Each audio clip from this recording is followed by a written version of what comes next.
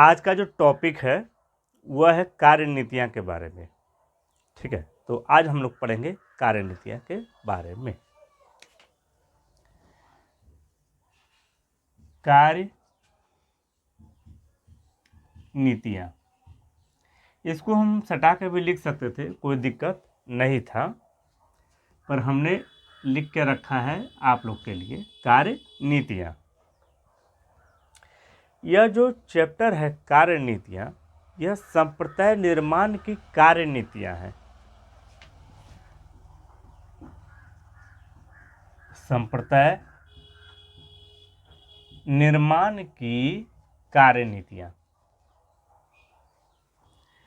ये जो कार्यनीतियाँ हैं, आज का मेन टॉपिक यही है, कार्यनीतियाँ।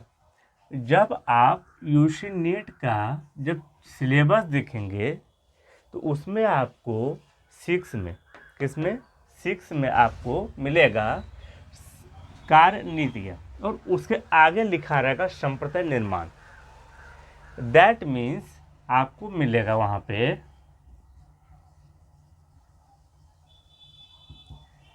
Strategy of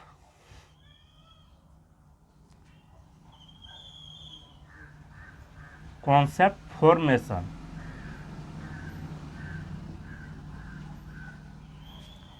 strategy of concept formation आपको वहाँ मिलेगा। यानी संप्रदाय निर्माण की कार्यनीतियाँ बोले या स्ट्रेटजी ऑफ कॉन्सेप्ट फॉर्मेशन, दोनों बराबर है। ठीक है, चलिए ये समझ गए। यहाँ कार्यनीतियाँ जो है कहीं कहीं पे आपको मिल जाएगा योजना, तो कोई दिक्कत नहीं है, रत्ती भरी प्रॉब्लम नहीं है। अगर आपको क्या मिल गया, योजना, यानी यहाँ पर हम बात कर रहे हैं या तो योजना अगर आपको कहीं मिल जाए तो एकदम आराम से रिलैक्स से आप समझ जाइएगा कि सर क्या बताना चाह रहे थे। और यूजी नेट का मतलब यूजी नेट का जब एग्ज़ाम में बैठिएगा आप लोग तो उसमें क्वेश्चन जब आएगा तो आप लोग समझ पाइएगा। ठीक है,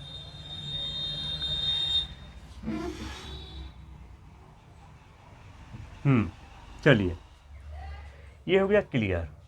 संप्रदाय निर्माण, यहाँ पर बात कर रहे हैं हम लोग निर्माण का, बात कर रहे हैं हम लोग फॉर्मेशन का, कॉन्सेप्ट फॉर्मेशन। हम लोग जो भी कुछ सोचते हैं, अभी जैसे मैं पढ़ा रहा हूँ और पढ़ाते पढ़ाते अगर मैं कुछ सोच रहा हूँ, पढ़ाते पढ़ाते मैं कुछ सोच रहा हूँ तो वो कॉन्सेप्ट बन रहा है किसी चीज़ के लिए। तो उस कॉन्सेप्ट जो हमारे दिमाग में जो बन रहा है, जो हमारा कॉग्निटिव है, क्या है, संज्ञानात्मक है, जो माइंड में चल रहा है, जो अंदर मन में हमारा जो चल रहा है, उसको आप कैसे देख पाएंगे, कैसे जांच पाएंगे, कैसे अध्ययन कर पाएंगे, कैसे प्राप्त कर पाएंगे, कैसे किसी को दिखा पाएंगे। तो इसके बारे में ये चैप्टर दिया गया है। ठीक है, क्लियर है। ये जो हम बोल रहे हैं कि यूजी नेट, बार बार यूजी नेट, बट आप इंटर के अगर हैं, आपका छोटा भाई हो या कोई सिस्टर हो, वो इंटर की हो या आपकी कोई भी हो सकती है, जो इंटर की हो या एमए की हो या बीए की हो, तो उनको आप ये लिंक प्रोवाइड कर सकते हैं, ये वीडियो प्रोवाइड कर सकते हैं। अगर उनके चैप्टर में आया तो इसको प्रोवाइड किया जा सकता है। ठीक है ना।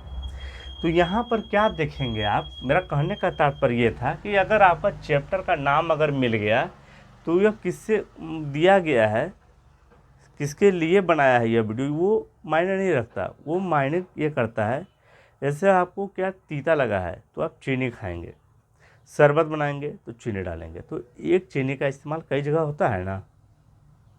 उसी तरह यह वीडियो जो है, यह जो चैप्टर है, कई चीज़ों में इस्तेमाल होगा। ठीक है, तो संप्रदाय निर्माण की कार्यनीतियाँ या योजना के बारे में हम लोग चर्चा करेंगे। इसको क्या किया गया है, इसको 2 भागों में बांटा गया है।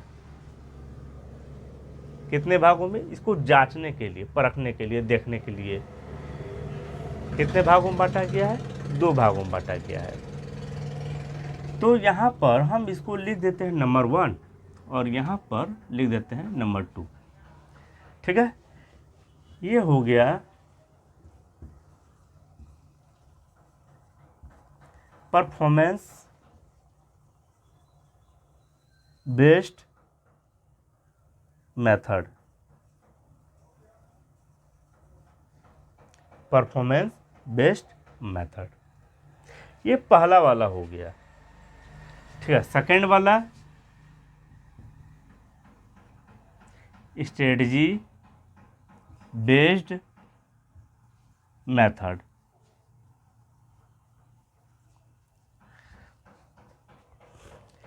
तो संप्रदाय निर्माण के जो कार्य नीतियाँ हैं उसके बारे में हम लोग चर्चा कर रहे हैं। जो कॉन्सेप्ट का जो निर्माण होता है, जो बनता है, जो मतलब आप समझ रहे हैं निर्माण का मतलब, ठीक है ना। तो जो फॉर्मेशन है इसका, उसको हम लोग इसका अध्ययन दो भागों में बांट कर करते हैं। तो पहला क्या हो गया, परफॉर्मेंस बेस्ड मेथड। सेकंड वाला क्या हो गया, स्ट्रेटजी बेस्ड मेथड। ये हो गया इंग्लिश मीडियम वालों के लिए। अब आते हैं हिंदी में। यहाँ पर परफॉर्मेंस का मतलब निष्पादन है। क्या है, निष्पादन। निष्पादन आधारित बोलिए या आगृहित बोलिए, बात बराबर है। ठीक है, विधि, हम इसको तरीका भी बोल सकते हैं। यानी निष्पादन आगृहित विधि बोले या तरीका बोले, कोई दिक्कत नहीं है। निष्पादन that means performance, based that means आगृहित या आधारित। यहाँ आधार का मतलब क्या है, आधार का मतलब ये होता है कि जैसे एक पेड़ है,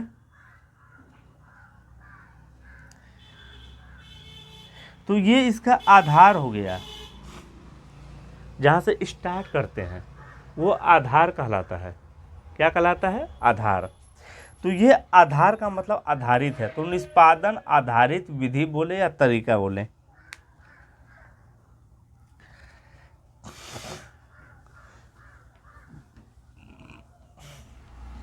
समझ में आ रहा है आप लोग को?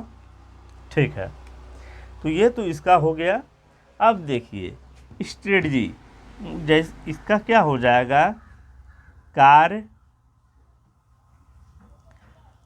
नीतियाँ आगृहित विधि। कौन नीतियाँ, कार्य नीतियाँ। Strategy based method that means कार्य नीतियाँ आगृहित विधि। ठीक है, तो दोनों का दोनों मेथड समझ में आ गया आप लोग को। पर हम आपको बताना चाहेंगे इस मेथड को बांटा नहीं गया है दोबारा। उस मेथड को दैट मीन्स कार्य नीतियाँ आगृहित विधि को दो भागों में बांटा गया है। कितने भागों में, दो भागों में। तो इसको हमने क्या किया, एक विधि यहाँ बांट दिया और दूसरा विधि यहाँ। अभी लिखने वाले हैं, लिखे नहीं हैं।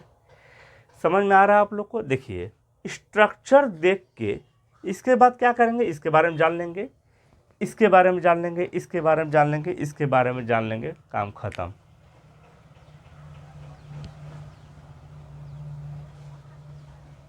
खत्म हो गया। देखिए ये वाला क्या है, थिंकिंग अलाउड मेथड। झुक के लिखने में थोड़ा सा समस्या हो जाता है, बैठना पड़ेगा हमको।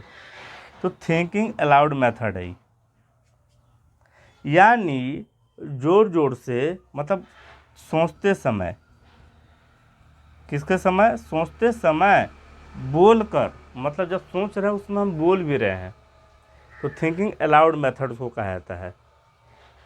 क्लियर? इसके बाद यहाँ पर क्या आता है, एक हो गया कि जोर से बोलना, दूसरा हो गया ब्लैंक ट्रायल प्रोसीडर।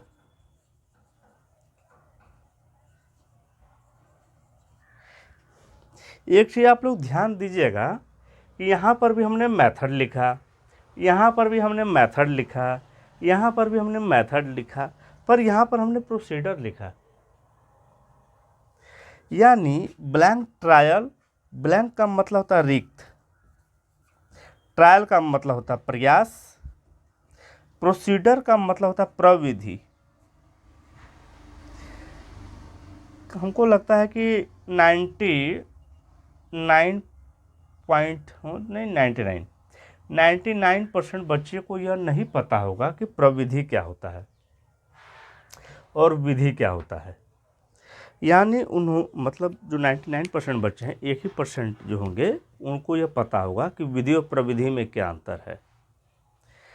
तो विधि क्या होता है, प्रविधि क्या होता है, देखा जाए तो दोनों में सिमिलरिटी है, दोनों में समानता है, एक रूपता है, ठीक है, एक समान है लगभग में।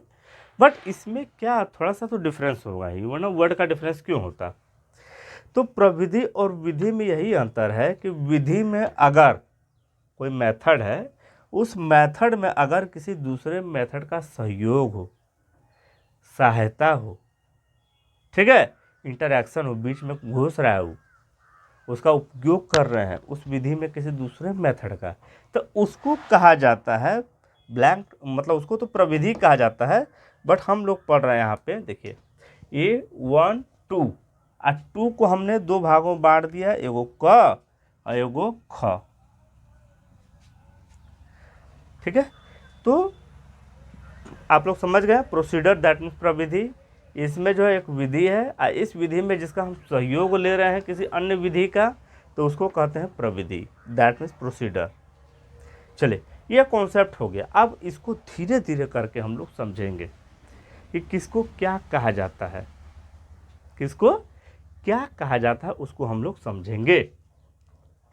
तो ऊपर वाला जो संप्रदाय निर्माण की कार्य नीतियाँ हैं, जो योजना है, उसको हमने समझ रखा है।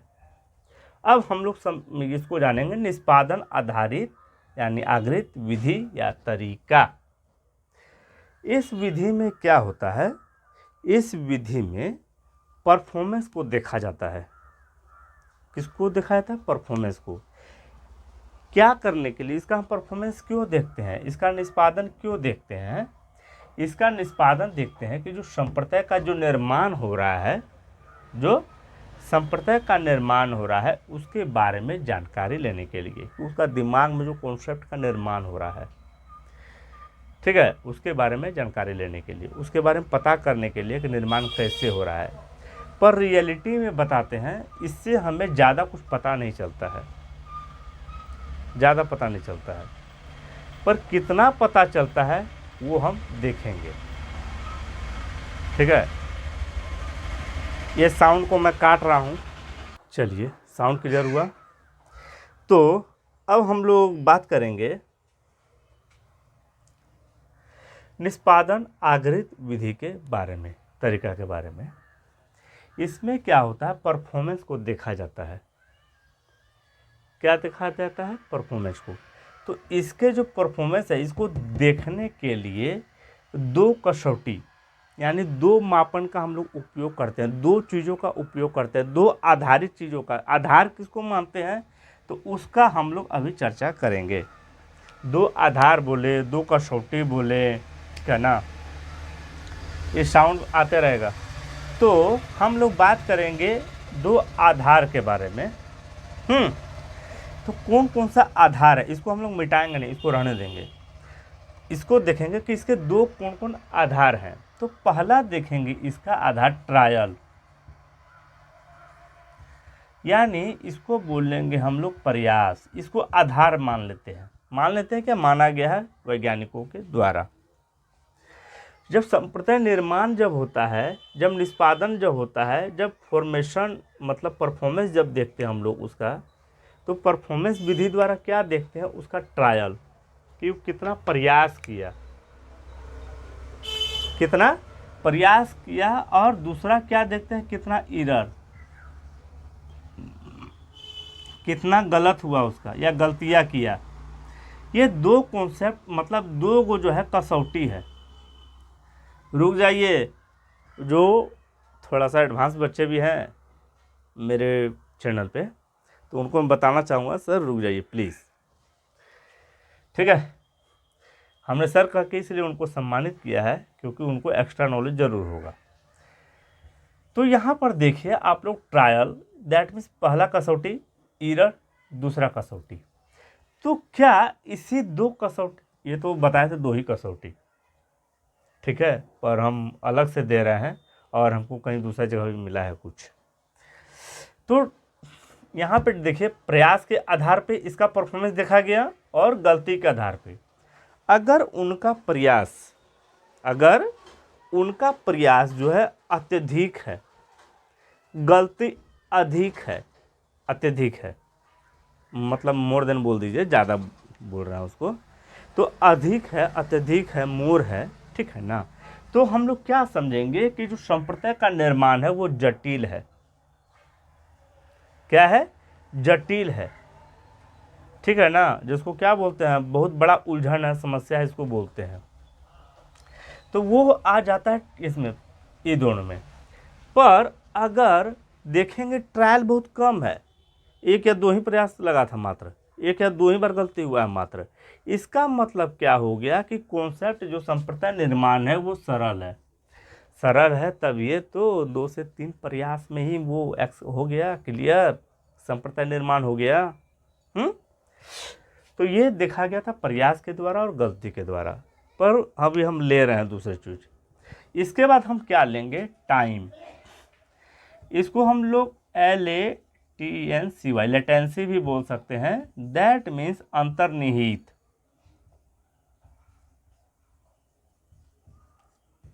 ठीक है, एक ये भी आता है, यानी इसको हम क्या दे दें नंबर, रोमन नंबर दे देते हैं 1 नंबर में ये। लेकिन जब एग्जाम दीजिएगा आप यूसीनेट का, अगर वहाँ पे बोल दे 2 तो आप यही दोनों चुनिएगा, इसको आपको चुनने की आवश्यकता नहीं है। पर अगर वहाँ पे नंबर न दिया रहे और बोले कि बताइए परफॉर्मेंस यानी निष्पादन बेस्ड आधारित पर कौन कौन सा कसौटी इसमें से आता है, तो हम लोग बात करेंगे ट्रायल का, ईरर का, लेटेंसी। लेटेंसी क्या होता है 3rd नंबर में, यानी हाँ लीजिए इसको समझते हैं लेटेंसी। लेटेंसी मतलब अंतर्निहित। ये क्या होता है? जब आपको कोई स्टिमुलस दिया जाता है, उद्दीपक दिया जाता है, तो उद्दीपक देने और प्रतिक्रिया करने, उद्दीपक देने और प्रतिक्रिया करने के बीच में जो समय होता है उसी को कहा जाता है लेटेंसी, दैट मीन्स अंतर्निहित, यानी लगा समय। प्रतिक्रिया और उद्दीपक, यानी उद्दीपक और प्रतिक्रिया के बीच के करने का समय को ही क्या कहते हैं? लेटेंसी। तो कितना समय लगा, तो उसको भी उस आधार पे भी परफॉर्मेंस को देखा जाता है, निष्पादन को देखा जाता है। तो ये क्या हो गया? ये 3रा नंबर हो गया। इसके बाद अगर आपको संप्रदाय निर्माण करना है, कॉन्सेप्ट निर्माण करना है, तो कॉन्सेप्ट निर्माण करने के लिए आप परिकल्पना बनाते हैं। क्या बनाते हैं? परिकल्पना। जब आप परिकल्पना बनाते हैं तो परिकल्पना हाइपोथेसिस यानी इनकरेक्ट हाइपोथेसिस, ये हो गया परिकल्पना। इसका भी हिंदी लिखना पड़ेगा क्या आप लोग के लिए? तो ये हो गया 4 नंबर, ठीक है।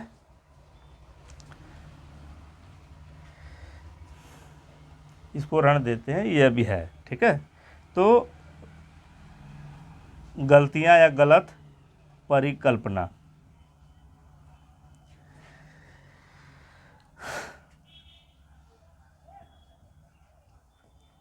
लेकिन यहाँ पे किताब में प्राक कल्पना लिखा हुआ था, प्राक कल्पना, ठीक है।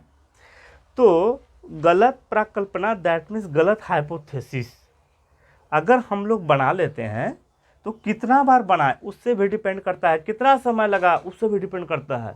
अगर समय यानी लेटेंसी अगर कम लगता है तो समझ जाते हैं परफॉर्मेंस यानी जो संप्रदाय का जो निर्माण है वो आसानी से हो गया है, इजी रूप से हो गया है, कोई दिक्कत नहीं है। पर अगर इनकरेक्ट हाइपोथेसिस या लेटेंसी अगर अत्यधिक लगा है, समय अत्यधिक लगा है, मतलब ये हाइपोथेसिस जो है, हाइपोथेसिस बहुत ज़्यादा बार बनाना पड़ा है उसको, ठीक है, तब क्या हो जाता है, तो हम समझ जाते हैं कि उसका जो मतलब वो संप्रदाय का जो निर्माण हो रहा है, कॉन्सेप्ट का जो निर्माण हो रहा है, वो थोड़ा कठिन है, हार्ड है उसमें। ठीक है, तो ये वाला आपका पहला वाला खत्म हो गया, तो हम इसको इरेज कर देंगे। स्क्रीनशॉट मारना तो मार लीजिए। ठीक है, चलिए, तो ये मिटा देते हैं हम।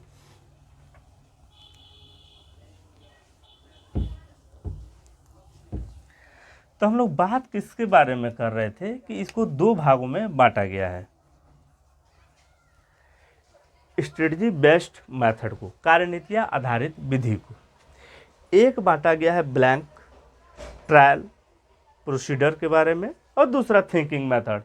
ठीक है, लेकिन अलाउड, इसको बताया था लेवाइन ने। कब बताया था? 1966 में। इसको बताया गया था 1974 में, 1974, यानी 1974 में इसका निर्माण किया गया था। अब कहिएगा कि सर इसका लेवाइन किया था, तो उसका कौन किया था?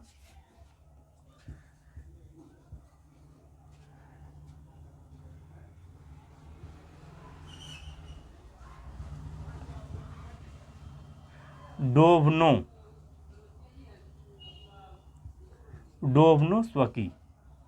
किसने किया था? डोब्नोस्वकी।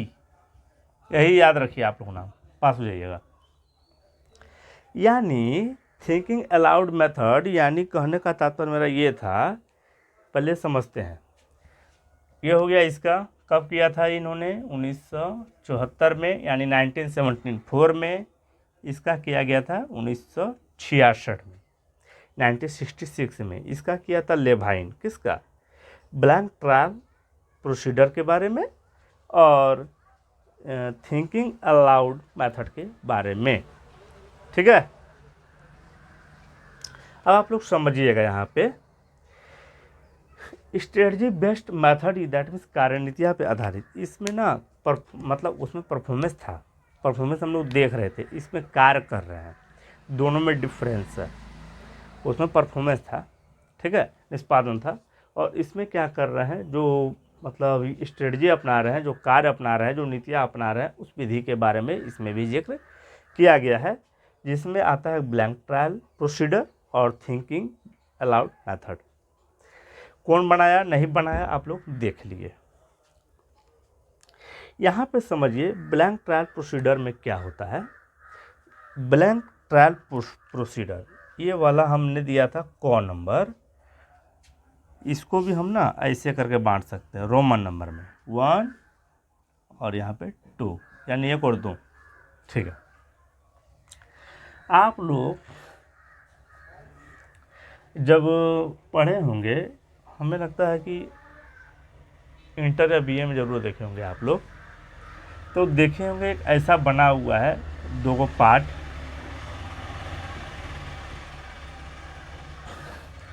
यहाँ पर देखे होंगे आप लोग ऐसे लिखा हुआ,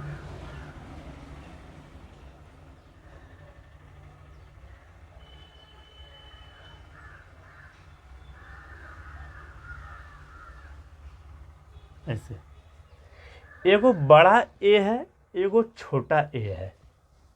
इसके बाद मैं बना रहा हूँ इसको,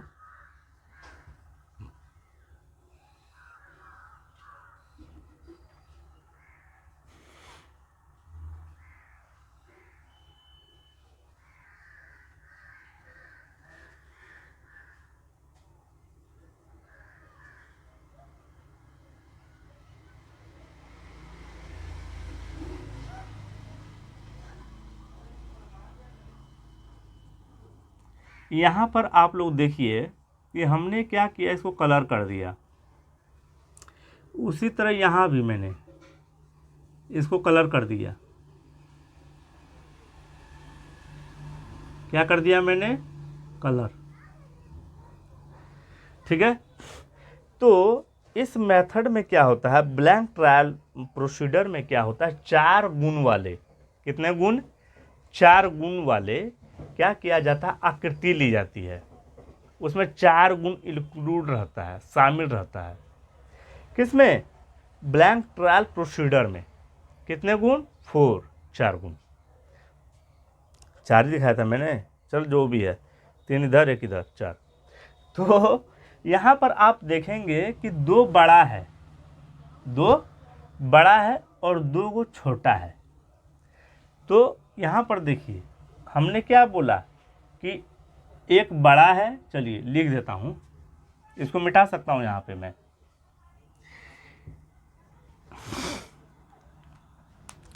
कौन कौन सा गुण है? तो नंबर 1 में लेता हूँ बड़ा छोटा, छोटा, दैट मीन्स बिग स्मॉल, ये पहला गुण हो गया, बड़ा छोटा। दूसरा कौन सा गुण है? दूसरा गुण है कि मतलब काला सादा, ब्लैक वाइट, ठीक है।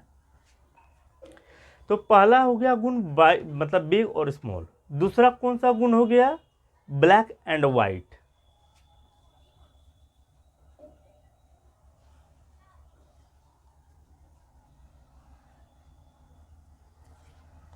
दो गुण हो गया, ठीक है। तीसरा गुण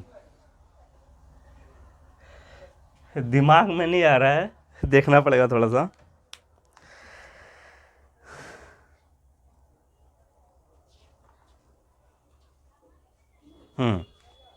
इसके बाद यहाँ पर देखिएगा, ये वाला जो है हमने ए बना के रखा है, तो वहाँ पर आपको मिलेगा एक्स या टी। वहाँ पे क्या मिलेगा आपको? एक्स,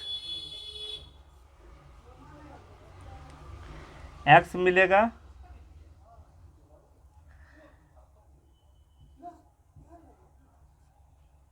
एक्स मिलेगा, ये रंगा हुआ है एक्स, ठीक है। और ये हो गया टी आपका,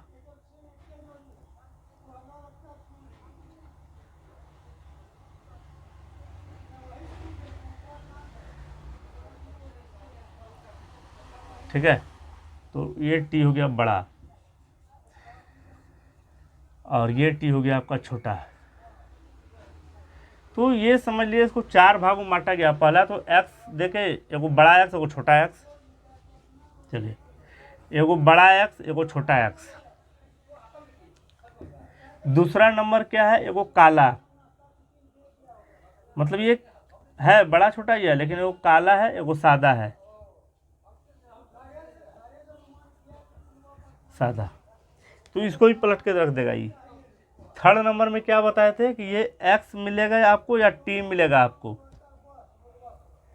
ठीक है। बड़ा टी भी रहेगा इसमें, छोटा टी भी रहेगा, तो बड़ा एक्स छोटा एक्स, बड़ा टी छोटा टी।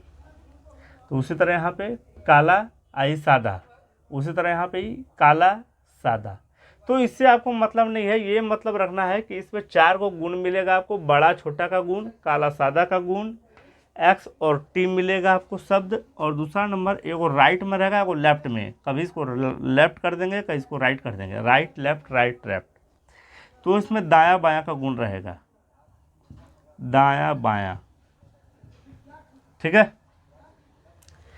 तो आपको जो है ये 4 गुण मिलेगा किसमें? ब्लैंक ट्रायल प्रोसीडर, मतलब रिक्त प्रयास प्रविधि में। इसमें क्या होता है, इसका स्टोरी सुन लीजिए आप लोग। इसमें क्या करेंगे हम लोग, समझ लीजिए कि एक लंबा धारी बना कर देंगे, ये धारी की संख्या 16 रहेगी। इसमें होता है, इसमें क्या होता है, एक लंबैया रहेगा, इसमें 16 को रहेगा, नंबर दे के 1 से लेकर 16 तक रहेगा ये,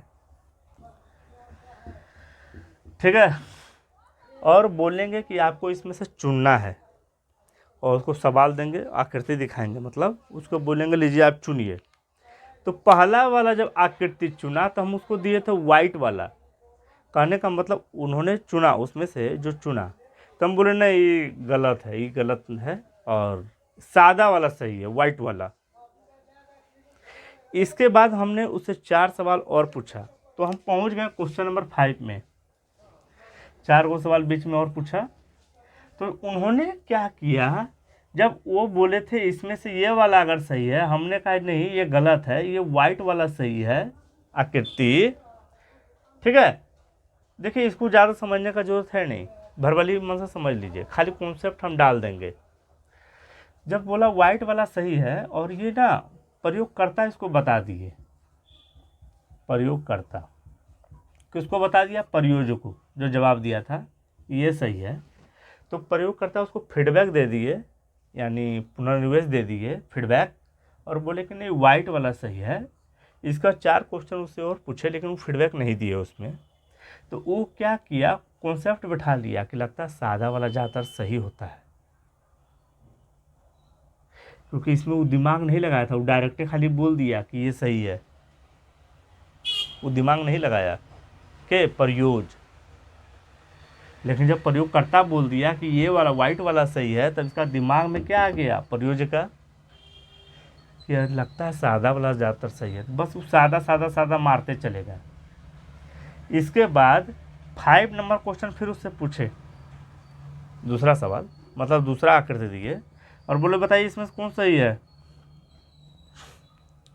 तो वो क्या किया, बता दिया वाइट वाला, और प्रयोगकर्ता बोला वाह बिल्कुल सही, यही सही है। इसका 4 सवाल और उससे पूछा, यानी पहुंच गया क्वेश्चन नंबर कितना 10 में। ठीक है, यानी 6 to 10 तक 4 सवाल और फिर उससे पूछा। तो इसके बाद जब 10 में पहुंच गया 10 में, तो 11वां नंबर मतलब 11 नंबर में जो सवाल आया था 11 नंबर में, तो वो फिर बता दिया, फीडबैक दिया प्रयोगकर्ता, और बोला अरे यही सही है, यही सही है। बस इस तरह करके उसका कॉन्सेप्ट ना बढ़ते गया। तो ये हो गया आपका ब्लैंक। ब्लैंक दैट मीन्स यहाँ पर रिक्त स्थान छोड़ दिया, यहाँ रिक्त छोड़ दिया, और आगे करके उसका ट्रायल लिया, और उसका मस्तिष्क में क्या चल रहा है, किसको चूज कर रहा है, क्या कॉन्सेप्ट है उसका, ये समझने का प्रयास किया। और इस मेथड में ही मतलब प्रयोजक को यह कहा गया था, प्रयोगकर्ता के द्वारा जो कर रहा है, जो जांच कर रहे हैं, उनके द्वारा कहा गया कि अगर आपको समझ में आएगा कि सर ये हमारा कॉन्सेप्ट है क्वेश्चन पकड़ने का, तो आप हमको बता सकते हैं, वो भी आप अपने अनुभव से, ऐसा उनको कहा गया था। किसमें, तो कहा गया था इसी में, यानी ब्लैंक ट्रायल प्रोसीडर में, दैट मीन्स रिक्त प्रयास विधि में। इस विधि में एक प्रविधि का इस्तेमाल किया गया था, इसीलिए इसका नाम दिया गया था प्रोसीडर। अब देखिए थिंकिंग अलाउड मेथड के बारे में आप लोग जानते ही है। इस मेथड में क्या किया गया, सुन लीजिए, बेटर होगा आपके लिए। इस मेथड में क्या होता है, व्यक्ति को आकृति दिखाया गया और बोल रहा है कि आप जो मतलब प्रयोजक को आकृति दिखाया गया प्रयोगकर्ता के द्वारा, ठीक है, और बोल रहे हैं कि आकृति को देखिए और हमें बताइए इसके बारे में आपका क्या सोचना है, क्या थिंकिंग है। जब ये बात उनको बोला गया कि इसके बारे में क्या थिंकिंग है आपका, क्या सोच है आपका, क्या आप हमको बताइए, वो भी जोर से बोलकर, तो ये किस में कहा गया, ये कहा गया थिंकिंग मेथड है। पर इसमें डिमेरिट है, दोष है। क्या दोष है, इसमें दोष यह है कि जब सोच रहे हैं, देख रहे हैं, तो जो देख रहे हैं ना वो हकीकत में वही नहीं बोल रहे हैं। अगला सोच रहा है, जो प्रयोज है वो सोच रहा है कि प्रयोगकर्ता मेरे बारे में क्या सोचेगा, इसीलिए वो अपना ज़्यादा दिमाग लगाना शुरू करता है और अपने मन से बैठा के बोलता है। वो सोचता है कि हम इसको बैठा के बोलेंगे, सही सही वो नहीं बोलता, जो सोचता है वो नहीं बोलता है, उसमें दिमाग लगा देता है वो, और दिमाग लगा के बोलता है। तो ये इसका दोष है, ऐसा मनोवैज्ञानिकों के द्वारा कहा गया। चलिए मिलते हैं नेक्स्ट वीडियो में।